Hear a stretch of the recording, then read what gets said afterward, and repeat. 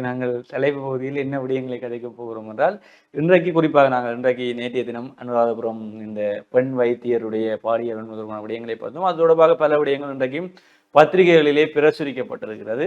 அது தொடர்பான விடயங்களையும் நாங்கள் இன்றைக்கு பார்க்க வேண்டிய தேவைகள் இருக்கிறது. குறிப்பாக எல்லா பத்திரிகைகளுமே அது தொடர்பான விடயங்களும் குறிப்பாக நேற்றைய தினம் இன்றைய சமூக வலைத்தளங்களிலும் அதுதான் ஒரு வாக்குவாத பொருளாக இருக்கிறது. இந்த பெண் வைத்தியருக்கு ஏற்பட்டிருக்கக்கூடிய அநீதிக்கு எதிராக மருத்துவர்கள் நேற்று போராட்டத்தை முன்னெடுத்திருந்தார்கள். அது ஒரு தரப்பினர் அது சரி என்று கூறினாலும் இன்னொரு தரப்பினர் பிழை என்று கூறுகிறார்கள். ஒரு பக்கம் நோயாளிகள் பாதிக்கப்படுகிறார்கள். தங்களுடைய வைத்தியத்தை தங்களுடைய தொழிலாக மக்கள் சேவை தொழிலாக கொண்டிருக்கக்கூடியவர்கள் இந்த செயற்பாட்டை முன்னெடுப்பதால் நோயாளிகள் பாதிக்கிறார்கள் என்பது. ஆனால் ஒரு கூட்டம் தங்களை சார்ந்தவர்களுக்கு ஒரு பிரச்சனைகள் ஏற்படும் போது அவர்கள் குரல் கொடுப்பது ஏற்கக்கூடிய விடயமாகத்தான் இருக்கிறது. இன்றைக்கு ஒரு விலங்குகளுக்கு ஒரு பிரச்சனை, ஒரு நாய்க்கு ஒரு பிரச்சனை ஏற்பட்டால் எல்லா நாய்களும் என்று குறைக்கும், ஒரு காகத்துக்கு ஒரு பிரச்சனை ஏற்பட்டால் எல்லா காகங்களும் கூட்டமாக சேர்ந்து குறைக்கும். விலங்குகள் கூட தங்களுடைய எதிர்ப்பை காட்டும்போது மனதலாக இருக்கக்கூடிய நாங்கள் எங்களோடு பயணிக்கக்கூடியது எங்களுடைய தொழில் சார்ந்தவர்களுக்கு ஒரு சேவை நிலையில் இருக்கக்கூடியவர்கள் ஒருவருக்கு ஒரு பிரச்சனை ஏற்படும் பொழுது நாங்கள் எங்களுடைய ஒற்றுமையை காட்டி அவருக்கான நீதியை பெற்றுக் கொடுக்க வேண்டிய தேவை இருக்கிறது. அதைத்தான் மருத்துவர்கள் இலங்கை மருத்துவர் சங்கமும் அழகாக செய்தார்கள். வேலைநிறுத்த போராட்டத்தை செய்தார்கள். போலீசாருக்கு கூட காலக்கெடு கொடுத்தார். 24 மணி நேரங்களுக்குள் நீங்கள் அந்த குற்றவாளியை கைது செய்யவில்லை என்றால் நாங்கள் இந்த போராட்டத்தை முழுமையாக நாடு தழுவிய ரீதியிலே முன்னெடுப்போம் என்று கூட கூறியிருந்தார்கள். அவர்களுடைய அந்த கேள்விகள் வினாக்கள் கூட இன்றைக்கு பிரதிபலிப்பாக அவர் கைது செய்யப்படுகிறார். அப்படி இருக்கும் பொழுது இன்னொரு பக்கம் பார்த்தால் இந்த பணி புறக்கணிப்பால் எத்தனையோ நோயாளிகளும் அவஸ்தைப்பட்டுக் கொண்டுதான் இருக்கிறார்கள். அப்ப இவைதான் இன்றைக்கு சமூக வலைத்தளங்களிலே மிகப்பெரிய பேசுபொருளாக இருந்தாலும் அதை தாண்டி இன்றைக்கு இதிலே பல அரசியல்வாதிகளும் நேரடியாக தலையீடு செய்து பாராளுமன்றத்தில் சுகாதார அமைச்சராக இருக்கட்டும், பாதுகாப்பு அமைச்சராக இருக்கட்டும், எல்லாருமே கைது கொண்டிருக்கும் பொழுதும் இன்னொரு பக்கம் பார்த்தால் இதுவும் ஒரு இராணுவ சிப்பாய் தான் என்பது உறுதிப்படுத்தப்படுகிறது. இராணுவத்தில் இருந்து தப்பியோடிய ஒரு இராணுவ சிப்பாய் தான். தொடர்ச்சியாக இவர் வன்முறை சம்பவங்களிலேயே ஈடுபட்டு கொண்டிருக்கிறார். அதன் பிரகாரம் தான் இந்த சம்பவத்தில் ஈடுபட்டு கொண்டிருக்கும் இந்த இராணுவ சிப்பாய்கள் என்னென்றால் இன்றைக்கு நாங்கள் பத்திரிகையிலே பார்க்கக்கூடியதாக இருந்தது. பத்திரிகையிலே இன்றைக்கு இராணுவ சிப்பாய்களுக்கு எவ்வாறு இப்படி ஒரு துணிச்சலான நம்பிக்கை வருகிறது, துணிச்சலான செய்தி செயற்பாடுகளில் ஈடுபட வேண்டும் என்று நினைக்கிறார்கள் என்பதும் இலங்கையினுடைய பேரினவாத அல்லது பெரும்பான்மை மக்களுடைய அரசியல்வாதிகள் தான் அவர்களை இவ்வாறு வளப்படுத்தி விட்டுகிறார்கள் என்பது மறுப்பதற்கு இடம் இல்லாமல் இருக்கிறது. எங்களுக்கு எதிராக யுத்தத்திலே எங்களுக்கு எதிராக குற்றங்கள் புரிந்தவர்களை, எங்களுடைய பெண்களை பாலியல் வன்முணர்வுக்கு உட்படுத்தினார்கள், எங்களுடைய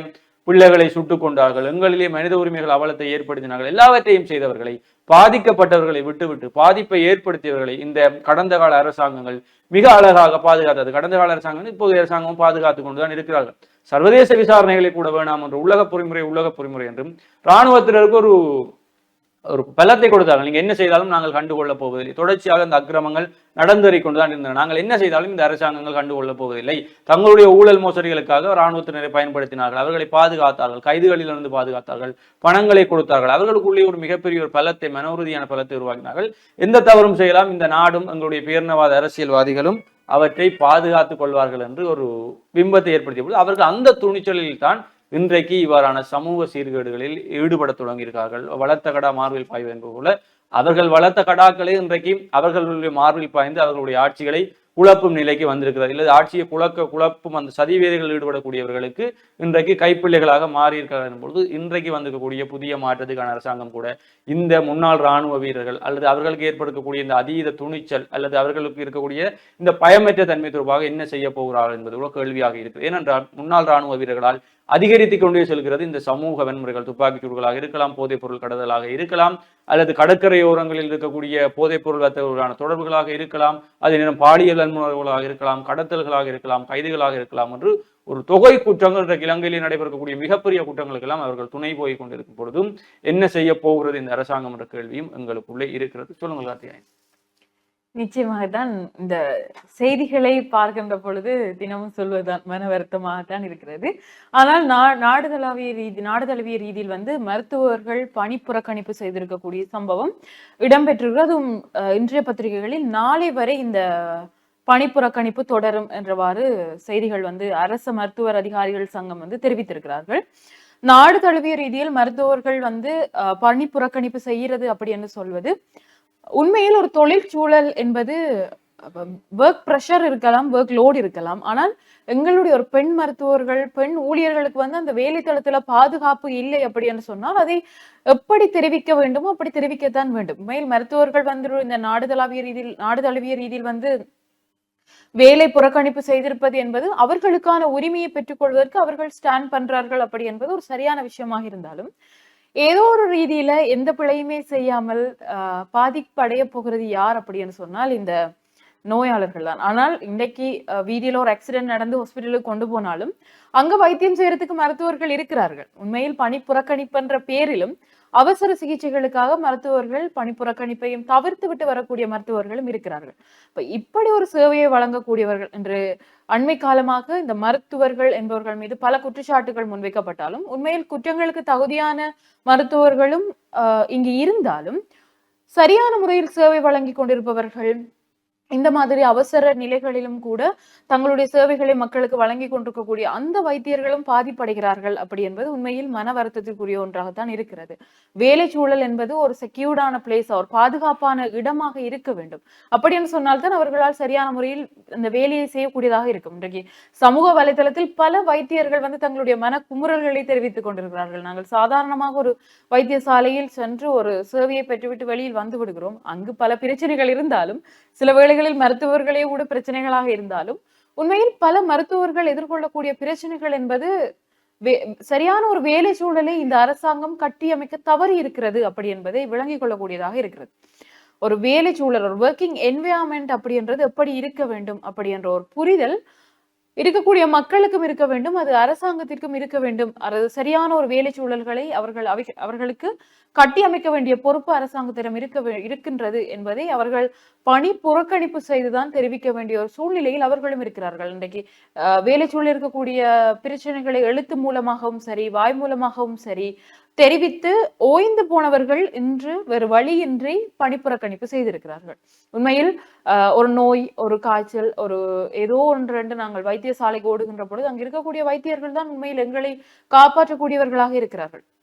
அப்படி இருக்கக்கூடியவர்களுக்கும் பிரச்சனை என்று சொன்னால் அவர்களும் அவர்களுக்காக குரல் கொடுக்க வேண்டிய உரிமை அவர்களிடம் இருக்கின்றதுதான். அதை நாங்கள் புரிந்து கொள்ள வேண்டும். ஆனால் பல நோயாளிகள் சஃபர் ஆயிட்டு இருக்கார்கள் நாடளாவிய ரீதியில் அப்படி என்று சொல்வது இன்னும் ஒரு விதத்தில் மன வருத்தத்துக்குரிய ஒன்றாகத்தான் இருக்கின்றது. உண்மையில் தனியார் வைத்தியசாலைகளுக்கோ அல்லது ஒரு கிளினிக்குக்கோ ஓடி போய் மருந்து வாங்க முடியாமல் அல்லது சாதாரணமா குடும்ப சூழ்நிலைகள் எல்லாமே அரசு வைத்தியசாலைகளைத்தான் இன்று அதிகம் இலங்கை பிரஜைகள் தங்கி இருக்கக்கூடிய நிலைமையில் இருக்கிறார்கள். எத்தனை தனியார் வைத்தியசாலைகள் வந்திருந்தாலும் கூட, லேக்ஸ்ல பில் போட்டுக்கொண்டிருந்தாலும் கூட இந்த தனியார் வைத்தியசாலைகளில் தங்கி இருக்கக்கூடிய தன்மை என்பது ஒரு வருமான மட்டத்திற்கு மேல் இருப்பவர்களுக்கு அது சரியாக இருந்தாலும் பெருமளவான இலங்கை பிரஜைகள் அரசு வைத்தியசாலைகளைத்தான் தங்கி இருக்கின்றார்கள். அப்ப இந்த நிலைமையில் அந்த குடும்பங்களிலும் சாதாரணமாக ஒரு தின கூலிக்கு வேலை செய்யக்கூடிய ஒருவருக்கு வைத்திய சேவை தேவைப்படுகின்ற பொழுது அரசு வைத்தியசாலைக்கு சென்றால் அங்கு வைத்தியர்கள் இருக்க மாட்டார்கள். இப்ப இப்படி பணிப்புறக்கணிப்பில் ஈடுபடுகின்ற வைத்தியர்கள் ஒரு புறம் இருக்கு. அண்மையில் வெளிவந்திருக்கக்கூடிய காணொளி ஒன்றும் நாங்கள் சமூக வலைத்தளத்தின் மூலம் பார்க்கக்கூடியதாக இருந்தது. இந்த நோயாளர்கள் எல்லாம் காத்திருக்கின்ற பொழுது எந்த ஒரு வைத்தியர்களையும் காணவில்லை அப்படி என்ற ஒரு குற்றச்சாட்டு ஒன்று சமூக வலைதளங்களில் பார்க்கக்கூடியதாக இருந்தது. அந்த காணொலியும் பார்க்கக்கூடியதாக இருந்தது. அப்ப வைத்தியர்கள் இப்படியும் இருக்கிறார்கள் இப்படியும் இருக்கிறார்கள் என்ற மாதிரிதான் எல்லா துறையிலும் இருக்கக்கூடிய ஒரு விஷயமாகத்தான் இருக்கிறது. ஆனாலும் ஒரு பெண் மருத்துவருக்கு ஒரு பாதுகாப்பு இல்லை இந்த நாட்டில் அப்படி என்பது ஏனைய துறைகள் மீதும் அச்சுறுத்தலை ஏற்படுத்தக்கூடியதாக இருக்கிறது. இந்த நாட்டின் இந்த மூலமாக இருக்கக்கூடிய சில துறைகளே பாதுகாப்பு இல்லை அப்படி என்பதை வெளிப்படுத்தக்கூடிய மாதிரியான சம்பவங்களை தான் நாங்கள் பார்க்கக்கூடியதாக இருக்கு. நீதியை நிலைநாட்டக்கூடிய நீதிமன்றத்தில் சுட்டு கொலை செய்கிறார்கள்.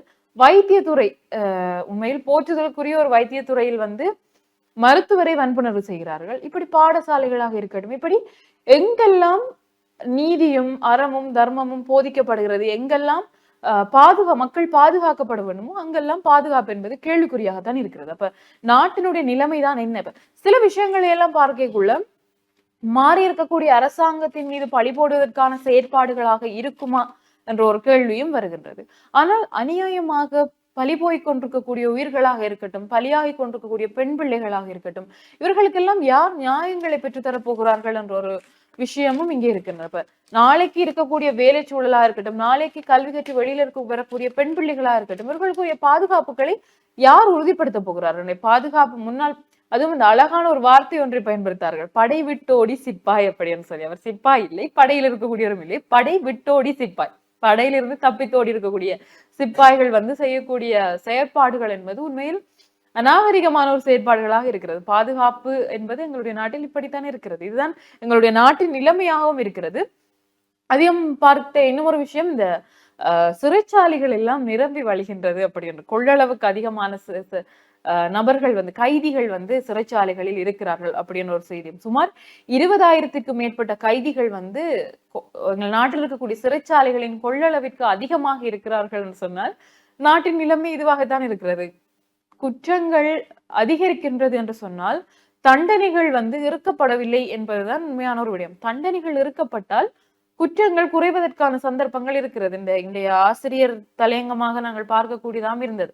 சாதாரணமாக ஒரு மரத்தை வெட்டியவர்களை கூட மரங்களை நட்டு அந்த மரங்களுக்கு தண்ணீர் ஊற்றுவதற்கு தினமும் நடந்து போய், இந்த கதை எனக்கு அம்மாவும் சொல்லியிருக்காரு முறை, இப்படி நடந்து போய் தண்ணி ஊற்ற வேண்டும் அப்படி என்று தண்டனை கொடுத்தவர்கள் எல்லாம் இருக்கிறார்கள். அப்ப ஒரு குற்றத்திற்கான தண்டனை என்பது மீளவும் அந்த குற்றத்தை செய்ய கூடாது என்பதை அந்த குற்றவாளிக்கு மட்டுமில்லை, சுற்றி இருக்கிற எல்லார்களுக்குமே விளங்கப்படுத்தக்கூடிய மாதிரி இருக்கணும். ஆனால் எங்களுடைய நாட்டில் இப்பொழுது அப்படி இல்லை. ஆனால் என்ன, சட்டங்களும் சட்ட கோப்புகளும் அதிகரித்திருக்கிறது, வழக்கறிஞர்களும் அதிகரித்திருக்கிறார்கள், நீதிமன்றங்களும் தவறளித்துக் கொண்டுதான் இருக்கிறது என்பதுதான் எங்களுடைய வேதனைக்குரிய விஷயமாக இருக்கிறது எங்களுடைய நாட்டில். ஹரிஹரன், நிச்சயமாக இப்படி இருக்கும்பொழுதுதான் வலம்புரியினுடைய ஆசிரியர் தலையங்கமும் மருத்துவத்துறை பெண்ணிற்கு இடம்பெற்ற அநீதியை காணீர் என்று ஒரு ஆசிரியர் தலையங்கத்தோடு குழந்திருக்கு. அதிலே வந்து அவர்கள் குறிப்பிடக்கூடிய விடயமும் பாலியல் வல்லுறவுக்குனால் பாதிக்கப்பட்டக்கூடிய அந்த பெண் மருத்துவர் ஒரு தமிழர் என்ற ரீதியிலே, தமிழர்கள் எனும் பொழுது இந்த பேர்ணவாத்தில் இருக்கக்கூடியவர்கள் இலகுவாக நினைத்துக் கொண்டார். தமிழ் சிங்களம் என்பதை தாண்டி ஒரு பெண் என்பதை தாண்டி எதனால் இந்த இராணுவத்தினர் பயப்படாமல் கை வைத்திருக்கிறார்கள் என்ற ஒரு மனநிலையை அவர்கள் ஆராயும் பொழுது, தமிழ் பெண்களை நாங்கள் யுத்தத்திலே கற்பழித்திருக்கிறோம், கொண்டிருக்கிறோம், அதுக்கு எதிராக இந்த அரசாங்கம் எந்த நடவடிக்கையும் எடுக்கவில்லை. அப்போது தமிழர்களுக்கு எதிராக எது நாங்கள் செய்தாலும் இந்த அரசாங்கம் கண்டுகொள்ளாமலே இருக்கும், அல்லது ஒரு குறுகிய காலத்தில் பேசுபொருளாக இருந்த விடயம் மறைக்கப்பட்டு விடும் என்ற எண்ணத்தில் அந்த இராணுவ சீர்பாய் செயற்பட்டுக்கலாம். இது உண்மையான விடயமாகத்தான் இருக்குது. எங்களுடைய பிரதேசங்களே சிறு குற்ற சின்ன பிள்ளைக்கு முதல் தினம் குளப்படி செய்ய அதை கண்டிக்காமல் விட்டோம், அடுத்த முறை குளப்படி செய்யும், அப்பொழுதும் கண்டிக்காமல் தொடர்ந்து குளப்படியிலே செய்யும், யாருக்குமே பயப்படாமல் மாறிப்போம். செய்யக்கூடிய குளப்படிகள் எனது பெற்றோருக்கு எதிராகவும் செய்வதற்கு அவன் துணிந்து கொள்வான். அதைத்தான் இன்றைக்கும் நாங்கள் கண்கூடாக பார்த்து கொண்டு இருக்கிறோம். ஏதோ என்றோ நாங்கள் ஆற்றாது அழுத கண்ணீர்கள் இன்றைக்கு எங்களைத்தான் மீண்டுமே எங்கள் நெருக்கடிக்கு உள்ளாகி கொண்டிருக்கு. என்னதானிலும் அது தமிழர் சிங்களவர் என்பதை தாண்டி ஒரு பெண்ணாக இருக்கிறார். ஒரு உலக மகளிர் தினத்தை மார்ச் 8ஆம் தேதி கொண்டாடி விட்டு வந்திருக்கும் பொழுது 10ஆம் தேதி இப்படியான ஒரு சம்பவம் என்பது ஒரு மிகப்பெரிய உழுக்களை ஏற்படுத்தி இருக்கிறது. எனவே இது மருத்துவ சங்கத்தினருடைய போராட்டம் நியாயமானதாகத்தான் எங்களுடைய பார்வையிலே இருக்கிறது. அவர்களுக்காக அவர்கள் குரல் கொடுத்தே ஆக வேண்டும், சக ஊழியருக்காக சக பணியாளருக்காக அவர்கள் குரல் கொடுத்தே ஆக வேண்டும் என்பது அது ஒரு நியாயமான விடயமாகத்தான் இருக்கிறது. இன்னொரு பக்கம் நோயாளர்கள் மீதும் அவர்கள் கவனம் செலுத்த வேண்டிய தேவையும் இருக்கிறது. இவைகள் இருந்தாலும் இது காதியானி உள்ள தினக்குருடைய ஆசிரியர் தலையங்கம் இன்றைக்கு அவர்களுடைய காலம்தான் இயற்கைக்கான பொற்காலம் என்ற ஒரு தலைப்போடு ஆசிரியர் தலையங்கம் காணப்பட்டது. உதாரணமாக 2009க்கு முதல் இந்த மண்ணை ஆண்டு கொண்டிருக்கக்கூடியவர்களுடைய காலத்தில் தான் இந்த வனங்கள் உருவாக்கப்பட்டது, புதிய எழில்மிகு காடுகள் உருவாக்கப்பட்டது, வீதிகளின் இருவோரங்களிலும் பெரிய மரங்கள் நடப்பட்டது, இன்றைக்கு நிழல் தரக்கூடிய மரங்களாக இருக்கிறது. வன்னி பெருநிலப்பரப்பிற்கு நீங்கள் சென்றீர்கள் என்றால் இலகுவாகவே பார்க்கக்கூடியதாக இருக்கும். கிளிநொச்சி ஏனையின் வீதியிலே இங்கே இருந்து நாங்கள் பரந்தன் செல்லும் வரைக்கும் காடுகளாகத்தான் இருக்கும். ஆனால் பரந்தன் கிளிநொச்சியிலிருந்து நாங்கள் முருகண்டி தாண்டும் வரைக்கும் அந்த அழகான மரங்களை, வீதியின் இரு மரங்களிலும் வைத்து பெரிய மரங்களை வைத்து வீதியை நிழலாக அழகாக வடிவமைத்திருப்பார்கள். குறிப்பாக இந்த உருத்திரபுரம் வீதியாக இருக்கட்டும், அதை தாண்டி எங்களுடைய வட்டக்கட்சி வீதியாக இருக்கட்டும், அதே போல் முல்லைத்தீவு வீதிகள், இந்த தேக்கங்காடு விஸ்வ தேராக்கண்டலை தாண்டி போகும்பொழுது கூடிய தேக்கங்காடு என்று பல்வேறு அவர்கள் உருவாக்கி இருக்கக்கூடிய தேக்கங்காடு இந்த தேக்கு மரங்களை களவாக வெட்டி கொண்டு செல்கிறார்கள் என்பது பல்வேறு ஒரு குற்றமுளைத்த ஒரு மரத்தை அனுமதி இல்லாமல் வெட்டினால், களவாக ஒரு மரத்தை வெட்டினால், அவரை ஏதோ பல தூரம் கிலோமீட்டருக்கு அங்கால் சென்று ஒரு வனத்தை உருவாக்குவதற்கு மரங்களை நட்டு அதற்கு தண்ணி ஊற்ற வேண்டும் என்று அவர்களுக்கான கட்டுப்பாடுகள், அவர்களுக்கான கோவைகள் இருந்தது. ஒரு மரத்தை வெட்டினால் நீ ஒரு மரத்தை உருவாக்கி ஆக வேண்டும், அதுக்கு நீ தண்ணீரை ஒரு நீண்ட தூரத்தில் கொண்டு போய் தண்ணீர் ஊட்ட வேண்டும், ஒவ்வொரு நாளும் தண்ணீர் ஊட்ட வேண்டும். அந்த மரம் வளராமல் விட்டால் தண்டனைகள் இன்னும் அதிகரிக்கும் என்பது, தண்டனைகள் இறுக்கமாக பொழுதும் எல்லாருமே பிழை செய்ய பயப்பட்டார். இன்றைக்கு வன்னி மக்கள் கூறக்கூடிய ஒன்றுதான், 2009க்கு முதல் நாங்கள் இந்த காடுகள் வெட்டப்பட்டு மரக்குட்டிகள் இந்த வாகனங்களிலே ஏற்றி செல்லப்படுவதை நாங்கள் கண்டது இல்லை. காடுகளுக்குள்ளே மரம் வெட்டும் சத்தங்களை நாங்கள் கேட்டதில்லை. மண் அதிகளவாக சூறையாடிப்பட்டு கொண்டு செல்வதை நாங்கள் பார்த்ததில்லை. டிப்பராக மண் சென்று வீதிகளிலே புழுதியை அள்ளி வாரி இறைப்பதை நாங்கள் பார்ப்பதில்லை. இவ்வளவு பார ஊர்திகள், மண் கடத்தல்காரர்கள், மரக்கடத்தல்காரர்கள் ஓடி வீதிகள் சேதமடைந்ததை நாங்கள் பார்க்கவில்லை. 2009க்கும் பிறகு வன பாதுகாப்பு திணைக்களம் வந்ததுக்கு பிறகு இதெல்லாம் சர்வசாதாரணமாக நடைபெறுகிறது. வன பாதுகாப்பு திணைக்களம் வனத்தை பாதுகாக்க வந்ததா அல்லது இவ்வாறு இயற்கையை அழிக்கக்கூடியவர்களை பாதுகாக்க வந்ததா என்ற கேள்வி இன்றைக்கும் வன்னி மக்களிடம் இருக்கிறது. அதுதான் தினக்குரல் பத்திரிகையினுடைய ஆசிரியர் தலையங்கமும் கூறியிருக்கக்கூடிய விடயங்களாக இருக்குது. அதை தாண்டி இன்றைக்கு இந்த பெண் வைத்தியருடைய பிரச்சனையில் கூட அவர்கள் இருந்திருந்தால் இந்த தவறுகளுடைய தண்டனைகளே அடுத்தவனை இந்த தவறுகளை செய்ய தூண்டி இருக்காது என்ற தலைப்பில் கூட பல சமூக வலைத்தள விவாதங்கள், வாத கருத்துக்கள் இடம்பெற்ற உண்மை. அந்த தண்டனைகள் அதிகரிக்கும் பொழுது தவறுகள் குறையும் என்பது ஏற்றுக்கொள்ளக்கூடிய விடயமாகத்தான் இருந்தது. அப்ப தண்டனைகள் தான் இங்கே பெரிய பிரச்சனைகளாக இருக்கிறது. தண்டனைகள், பெரிய தண்டனைகள், சிறிய தண்டனைகள் என்பதை தாண்டி தண்டனைகளையே கொடுக்காமல் இருந்ததுதான் இங்கு இருக்கக்கூடிய பலருக்கும் நம்பிக்கை, பயமற்ற தன்மை, ஒரு துணிச்சலை, எதையும் செய்யலாம் என்பதை ஊக்குவிக்கக்கூடியதாகவும் இருந்தது என்பதுதான் இன்றைக்கு செய்திகளில் நாங்கள் பார்க்கக்கூடியதாக இருந்தது. அதே போல கொக்கியல் பகுதியில் வாழ்வெட்டு சம்பவம், எங்கள் பகுதிகளிலும் இந்த வன்முறை சம்பவங்கள் தொடர்ந்து கொண்டேதான் இருக்கிறது. அதே போல இன்றைக்கு உள்ளூராட்சி சபை வர தொடங்கியிருக்கிறது. எங்களுடைய தமிழ் அரசியல்வாதிகள் தங்களுடைய தேர்தல் கால அரசியல் விளையாட்டுகளையும் ஆரம்பித்திருக்கிறார்கள். யார் யார் யாரோடு சேர்கிறார்கள், எந்த தேர்தலில், போன தேர்தலில் ஒரு கட்சிக்கு வாக்களிச்சு இந்த தேர்தலில் பார்த்தா அந்த கட்சி வேறொரு கட்சியுடன் இருக்குது, வேறொரு சின்னத்தில் இருக்குது.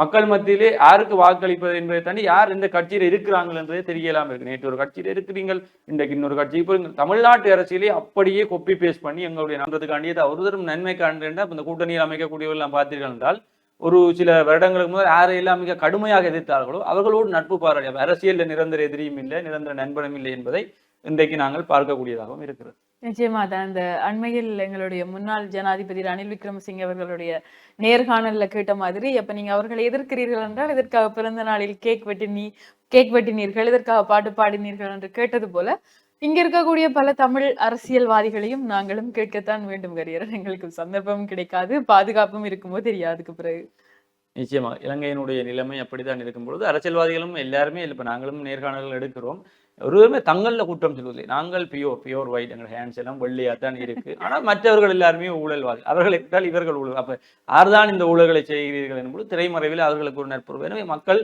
விழித்துக் கொள்ளுங்கள். இந்த முறையாச்சும், போன முறை தேர்தலில் காட்டிய திருக்கூத்துகளை நிறுத்திவிட்டு இந்த முறையாச்சும் விளங்கி இருக்கும் நினைக்க. நீங்க இவ்வளவு காலத்துல பார்த்திருப்பீங்க பாராளுமன்றங்கள் இந்த இதுகள் எல்லாத்தையும் பார்த்து இந்த உள்ளூராட்சி தேர்தலையாச்சும் மக்கள் யோசித்து உங்களுக்கு தேர்தல்களுக்கு தேவையானவர்களை முடிவெடுங்கள். நீங்கள் தேவையில்லா வாக்குகளை கொடுத்து கொஞ்சம் பேர் பாராளுமன்றத்தில் போய் வாயை திறக்காம சும்மா இருக்கிறாங்க, கொஞ்சம் பேர் சும்மாவே இருக்காம வாய் திறந்து கொண்டு இருக்காங்க, தேவையில்லாததுக்கெல்லாம் வாய் திறந்து கொண்டு இருக்காங்க. அப்ப எல்லாத்தையுமே விளங்கி கொண்டு மக்கள் தயவு செய்து இந்த தேர்தலில் எங்களுக்கானவர்கள், எங்களுக்கு எது தேவையோ அதை உணர்ந்து, உங்களுக்கு என்ன தேவையோ அதை உணர்ந்து கூறும்படி கேட்டுக்கொள்கிறோம். அதே போல உண்மைத்தன்மை விளம்பரங்கள், போலி விளம்பரங்கள், சமூக வலைத்தள விளம்பரங்கள்லாம் பார்க்காமல் மக்கள் உங்களுக்கு என்ன அடிப்படை தேவையாக இருக்கிறதோ, என்ன பிரச்சனையாக இருக்கிறதோ, எது எங்களுடைய வாழ்வியலுக்கு இன்றைக்கு தேவையாக இருக்கிறதோ அவற்றை உணர்ந்து தேர்தலிலே நாங்களும் வாக்களிப்போம் என்பதையும் நாங்கள் இந்த இடத்திலே கூறிக்கொள்ளும். ஏனென்றால் தேர்தல் கால நாடகங்கள் இம்முறை அதிகரித்திருக்கும் என்பதையும் மக்கள் உணர்ந்து கொள்ள வேண்டும். எனவே இந்த வன்முறை சம்பவங்கள் மிக விரைவிலே முற்றுப்புள்ளி பெற வேண்டும் என்பதையும், என்றால் இன்றைக்கு சிறைச்சாலைகளில் ஏற்கனவே கூறியது போல சிறைச்சாலைகள் இடமெல்லாம் போயிட்டு அவ்வளவுக்கு எல்லாருமே வன்முறை கும்பல்களை கைது செய்து கொண்டு இருக்கிறார். கைது செய்கிறார்களா இல்லை வன்முறைகள் அதிகரித்ததால் எல்லாம் போறாங்களா மாதிரி கேட்க, இந்த சிறைச்சாலைகள் இதால கூட சிறைச்சாலைகள் ஆக்களில் என்று இலகுவாக பலர் புனையிலே வழியில் கூட வந்து விடுறார். எனவே வன்முறை சம்பவங்கள் அதிகரித்துக் கொண்டே இருக்கிறது. அவற்றிலிருந்து நாங்கள் மீண்டெழ வேண்டும். அதே நேரம் எங்களுடைய பிள்ளைகளும் இந்த வன்முறை பக்கம் திரும்பாமல், போதைப் பொருள் பக்கம் திரும்பாமல் எங்களுடைய பிள்ளைகளும் பெற்றோர்கள் பாதுகாத்துக் கொள்ள வேண்டும். அதை தாண்டி பிள்ளைகள் மீதும் பிள்ளைகள் வளர்ப்பிலும் மிக கவனமாகவும் அக்கறையாகவும் இருந்து கொள்ளுங்கள் என்பதையும் தான் நாங்கள் இந்த தலைப்பு பகுதியூடாக உங்களுக்கு கூறக்கூடியதாக இருக்கிறது. எனவே இன்றைய தலைப்பு பகுதியிலே நாங்கள் நல்ல பல விடயங்கள் பலவற்றையும் இன்றைக்கு கதைத்திருந்தோம். அதே போல இன்றைக்கு இந்த போதைப் பொருள் என்று வரும்பொழுது இன்றைக்கு நாட்டிலே 150 வகையான போதைப் பொருட்கள் பயன்பாட்டில் இருப்பதாகவும் தெரிவிக்கிறது. அப்ப இன்றைக்கு போதைப் பொருட்கள்லாம் புது புது பேர்கள் ஐஸ் என்றாங்க, குஸ் என்றாங்க, ஹெரோயின் என்றாங்க, அஞ்சாங்க. அப்ப எல்லா வகையும் எல்லா பேர்லையும் இருக்கு. அப்ப யார் என்ன போதைப் பொருளை பாவிக்கிறாங்கன்னே தெரியாமல் இருக்கும் பொழுது உங்கள் பிள்ளைகளை நீங்களே பாதுகாத்துக் கொள்ளுங்கள். என்ற போதைப் பொருள் பாவனையோடு நின்று விடுவதில்லை, அது பல சமூக வன்முறைகளை தூண்டுகிறது. போதைப் பொருள் பாவித்தால் அடுத்த முறை போதைப் பொருள் வாங்குவது காசு இல்லாட்டியும் வீட்டில் களவெடுக்க செய்வான், வெளியிட களவெடுக்க செய்வான், கொலை செய்ய தொடங்குவார்கள். அல்லது போதைப் பொருள் பாய்த்து விட்டு நண்பர்களுடைய நட்பு பாராட்டி செஞ்சோட்டு கடன் தீர்க்க பலர் இன்றைக்கு வன்முறை சம்பவங்கள் ஈடுபட்டு கொண்டிருக்கிறார். எனவே அப்படியான சம்பவங்கள் எங்களுடைய சமுதாயத்தை, எங்களுடைய பிள்ளைகளை பாதுகாக்க முடியும் பெரிய பொறுப்பும் கடமையும் உங்கள் எல்லோருக்கும் இருக்கிறது என்பதை உணர்ந்து நாங்களும் செயற்பட வேண்டும் என்று கூறிக்கொண்டு நாங்களும் உங்களிடமிருந்து விடைபெற்று செல்ல போகிறோம். மற்றும் ஒரு நிகழ்ச்சியில் உங்களை சந்திக்கும் வரை உங்களிடமிருந்து விடைபெற்று செல்லும் நான் என்றும் உங்களின் கரியரன் மற்றும் ஹாத்தியாயினி. நன்றி நேயர்களே.